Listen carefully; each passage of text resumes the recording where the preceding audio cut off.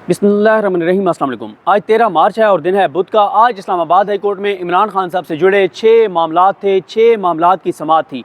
आज का दिन बल्कि अब तो हर दूसरा तीसरा दिन बड़ा अहम होता है इस्लामाबाद हाई कोर्ट में, क्योंकि इमरान खान और तहरीक इंसाफ से जुड़े बहुत से मामला जो हैं वो इस्लामाबाद हाई कोर्ट में मौजूद हैं। और इस्लामाबाद हाई कोर्ट में जब कोई मामला जस्टिस आमिर फारूक साहब, chief justice Islamabad high court, decide करते हैं तो फिर वो इंट्रा कोर्ट अपील में 2 और जजेस के बाद जाता है तो बिल्कुल फ़ैसला बदल जाता है।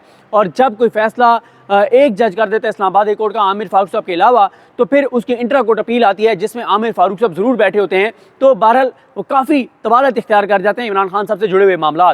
आज इस्लामाबाद हाई कोर्ट में सबसे पहले तो जो मामला टेकअप हुआ वो टेकअप हुआ जो अल्लामा राजा नासिर अब्बास साहब हैं, मजलिस वफ़ाक़ुल मुस्लिमीन के सरबराह हैं। उन्होंने इमरान खान साहब से मुलाकात के लिए इस्लामाबाद हाई कोर्ट से इजाज़त ली थी। इस्लामाबाद हाई कोर्ट से इजाज़त के बावजूद सुप्रिटेंडेंट जेल ने उनकी मुलाकात नहीं करवाई इमरान खान साहब से। उस पर उन्होंने जो तौहीन अदालत की दरख्वास्त यहाँ पर दायर की, उसके ऊपर जो है वो नोटिस हुए हैं। उसको भी अब आइंदा दिनों में समाअत उसकी की जाएगी। लेकिन उसके बाद जो ज़्यादा अहम मामला थे वो थे डिवीज़न बेंच के अंदर।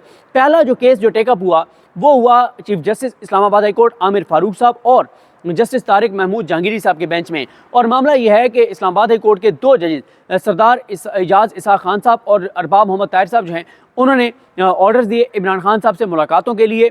और कंसेंट ऑर्डर्स थे, जिसमें कंसेंट ऑर्डर्स थे जो सुप्रिटेंडेंट जेल हैं उन्होंने इत्तफाक किया कि बिल्कुल जेल रूल्स इजाज़त देते हैं कि इमरान खान साहब से मुलाकात करवाई जाए। इमरान खान से मुलाकात करवाई जाएगी। और सारा कुछ होने के बाद 10-12 दिन गुजरने के बावजूद जब कंप्लाइंस रिपोर्ट भी कंप्लाइंस रिपोर्ट आप कह लें, या उन्होंने एक उसमें कहा अदालत को कि जी बिल्कुल हम एक कमिटमेंट की कि हम बिल्कुल इस पर अमल करेंगे आपके ऑर्डर्स के ऊपर, उसके बावजूद उन ऑर्डर्स को इंट्रा कोर्ट अपील में चैलेंज कर दिया गया है, ये कहकर के उन जजेस के ऑर्डर्स गलत हैं। और ख़ास तौर पे सरदार एजाज इसाक खान साहब का ऑर्डर, जिसमें उन्होंने कहा है कि इमरान खान साहब से जब वकला मिलने जाएंगे वो स्टेशनरी लेके जाना चाहते हैं, डॉक्यूमेंट्स लेके जाना चाहते हैं, उनको स्कैन नहीं किया जाएगा। और जब इमरान खान साहब से मुलाकात होगी तो उस वक्त इमरान खान साहब और उस मुलाकात जो वकला की होगी उसमें कोई और जेल इंतज़ामिया का नहीं बैठेगा उस ऑर्डर को। और फिर इस बात पर भी बड़ा एतराज़ था कि इमरान खान साहब को उसमें लिखा गया ऑर्डर में कि वो एक बड़ी पॉलिटिकल पार्टी के लीडर हैं। इस बात पर भी एतराज़ किया गया था।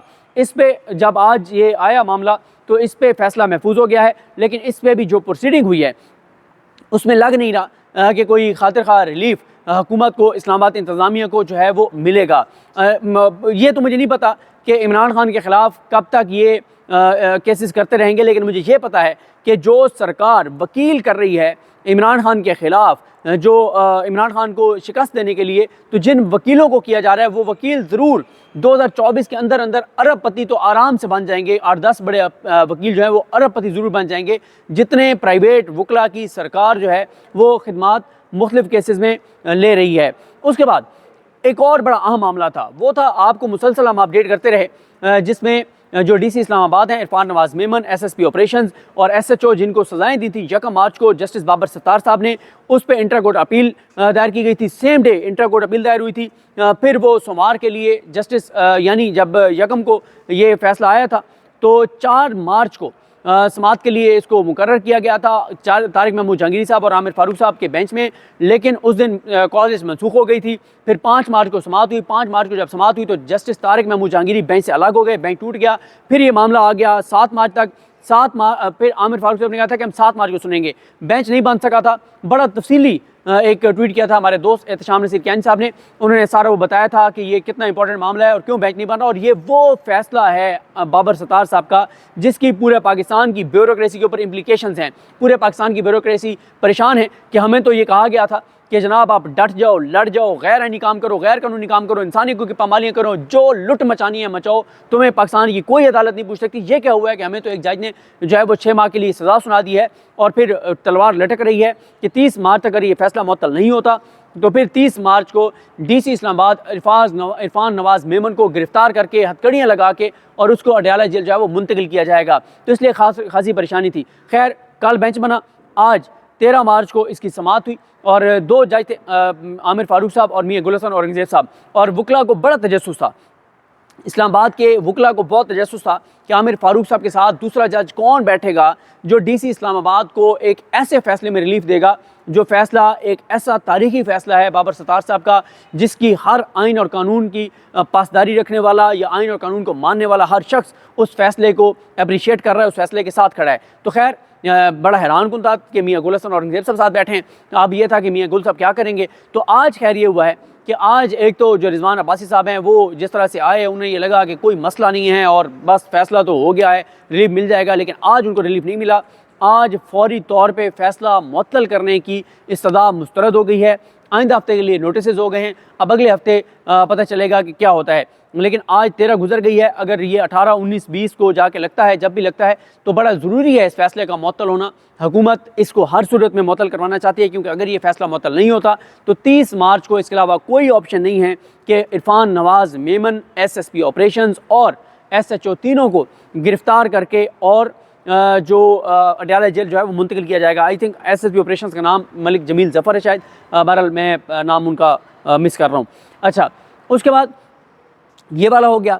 अब आ गया एक और मामला, वो था इमरान खान साहब से मुलाकात वाला। अच्छा, एक तरफ इमरान खान साहब की ऊपर साइफ़र केस और तोशाखाने की अपीलें समाअत हो रही थी उनकी, आमिर फारूक साहब और मियाँ गुल साहब के पास। नीचे जो कोर्ट रूम है अरबाब मोहम्मद ताहिर साहब का, वहाँ पर शेर अफजल मरवा साहब दलाइल दे रहे थे, जो कल एक नोटिफिकेशन किया गया है पंजाब हुकूमत के जो महकमा दाखिला है उनकी जानिब से, जिसमें उन्होंने ये कहा है कि इमरान खान साहब समेत तमाम कैदियों के साथ 2 हफ्ते के लिए मुलाकातों पर पाबंदी लगा दी गई है। उस नोटिफिकेशन को चैलेंज किया गया है इनकी तरफ से, PTI की जानिब से। शेर अफजल मरवा साहब ने दलाइल दिए। शेर अफजल मरवा साहब ने बताया कि क्यों उन्होंने सारा वो बताया शेर अफजल मरवा साहब ने कि वो जो झूठा एक दावा किया गया कि जनाब को अफगानिस्तान से दहशतगर्द हैं, वो पकड़े गए हैं। अच्छा, वो दहशतगर्द जिस तरह से उनको पुलिस लेकर आ रही थी बड़े प्रोटोकॉल के साथ, बड़े इज़्ज़त और एहतराम के साथ, तो ऐसा लग रहा था कि जैसे कोई बड़े ख़ास मेहमान आए हैं, जिन बड़े ख़ास मेहमानों को बड़ी इज़्ज़त और एहतराम से ले जाया जा रहा है। दूसरी तरफ आपने असदूर को देखा, जब लाया जा रहा था किस तरह से उसको जो है उसका सर नीचे करके और उसको एक तरह से धक्के दे के और उसको लाया जा रहा था। दूसरी तरफ अफगानिस्तान से वो जो दहशतगर्द आए हुए थे बकौल पुलिस के, उनके साथ जो रवैया था तो बड़ा फ़र्क था। असदूर के साथ जो तज़हीक आमेज़ रवैया था और जो दहशतगर्दों को प्रोटोकॉल था, बड़ा फ़र्क था।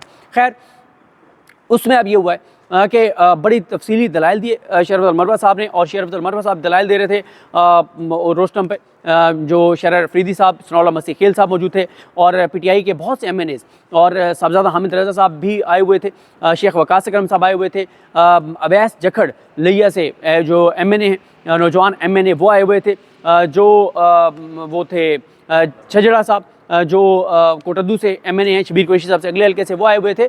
बहुत से तहरीक इंसाफ के रहनुमा जो हैं, शानदाना गुलजार साहब आई हुई थी, सिमाबी ताहिर साहब आई हुई थी, और बहुत से नाम मैं मिस करूँगा क्योंकि आज बहुत से PTI के सैनिटर्स और PTI के जो MNAs, MPAs और जो फॉर्म 45 के MNAs, MPAs हैं वो आए हुए थे।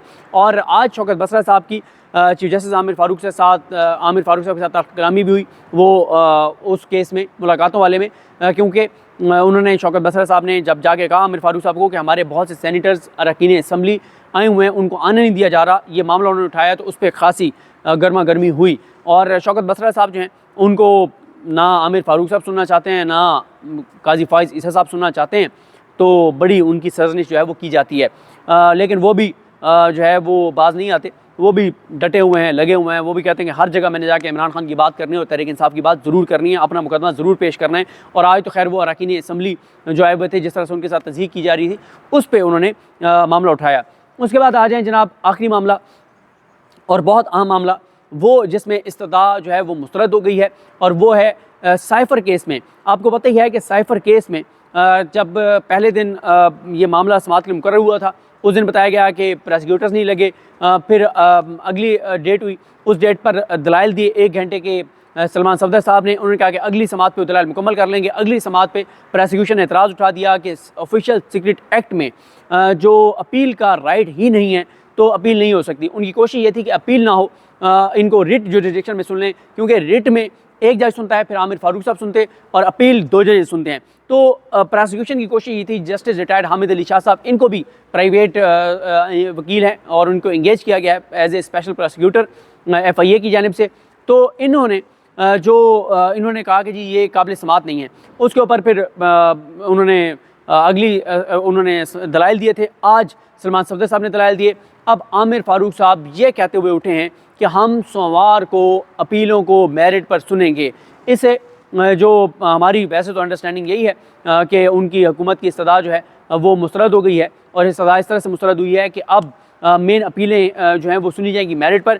लेकिन मसला यह है कि आमिर फारूक साहब की अदालत के हवाले से हमारे जो कोर्ट रिपोर्टर्स हैं उनका एक्सपीरियंस कोई अच्छा नहीं है इस हवाले से, क्योंकि जब आमिर फारूक साहब कुछ कह के उठते हैं तो बाद में जब रिटर्न चीज़ आती है तो वो बहुत मुख्तलिफ होती है। लेकिन क्योंकि इसमें साथ मियाँ गुलस्तान और अंग्रेज़ साहब बैठे हैं तो शायद उस तरह से चेंजिंग ना हो सके, क्योंकि आमिर फारूक साहब ने एक बार साइफर केस में जब इमरान खान साहब का नीचे तोशाखाना केस में उन्होंने चैलेंज किया हुआ था कि ये नाकाबिल समात है और वो सारी जो प्रोसीडिंग के नीचे कलअदम कर दें, तो उस पर वो पूरे दलाइल हुए। आमिर फारूक साहब ने कहा कि अलाउड का मतलब यही होता है कि जो आपकी दरख्वास्त थी, प्रेयर थी, दरख्वास्त में जो प्रेयर थी वो एक्सेप्ट कर ली गई है, उसको अलाउ कर दिया गया है। लेकिन बाद में पता चला कि उन्होंने वो मामला रिमांड बैक किया था। जज क्या नाम था यार उनका, हुमायूं दिलावर साहब, बड़े मशहूर मारूफ। तो हुमायूं दिलावर साहब के पास उन्होंने दोबारा भेज दिया था आमिर फारूक साहब ने। एक और भी इस तरह का मामला है कि आमिर फारूक साहब जब कहते हैं तो हमारे कोर्ट रिपोर्टर ज़रा मोहतात होते हैं कि जब तक रिटर्न चीज़ ना आ जाए तब तक हमने ये चीज़ नहीं चलानी, क्योंकि कोर्ट में कुछ और अनाउंस होता है, बाद में उसमें कुछ और होता है। तो हमारे कोर्ट रिपोर्टर्स जो हैं वो बहुत मोहतात हैं।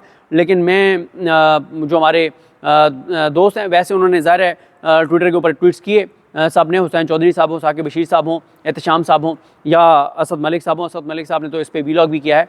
और लेकिन टीवी चैनल्स के ऊपर ज़रा वो मोहतात होते हैं खबर चलाते हुए कि ज़ाहिर है फिर वो एक इशू हो जाता है कि आमिर फारूक साहब जो भी कहते हैं जब तक वो रिटर्न ना आ जाए तब तक एतबार नहीं करते। बल्कि आज वो एक और हमारे दोस्त ने वही उसी फ़ैसले का बताया कि जब गौहर साहब जो हैं वो खड़े थे रोशना पर, जब आमिर फारूक साहब ने अलाउड कहा कि आपकी दरख्वास्त कबूल कर दी गई है, उसको एक्सेप्ट कर लिया गया है तोशाखाना वाले केस में, तो बाहर निकल के गौहर साहब ने इमरान खान साहब को फ़ोन किया। उस वक्त इमरान खान ज़ाहिर है कैद नहीं थे, बाहर थे।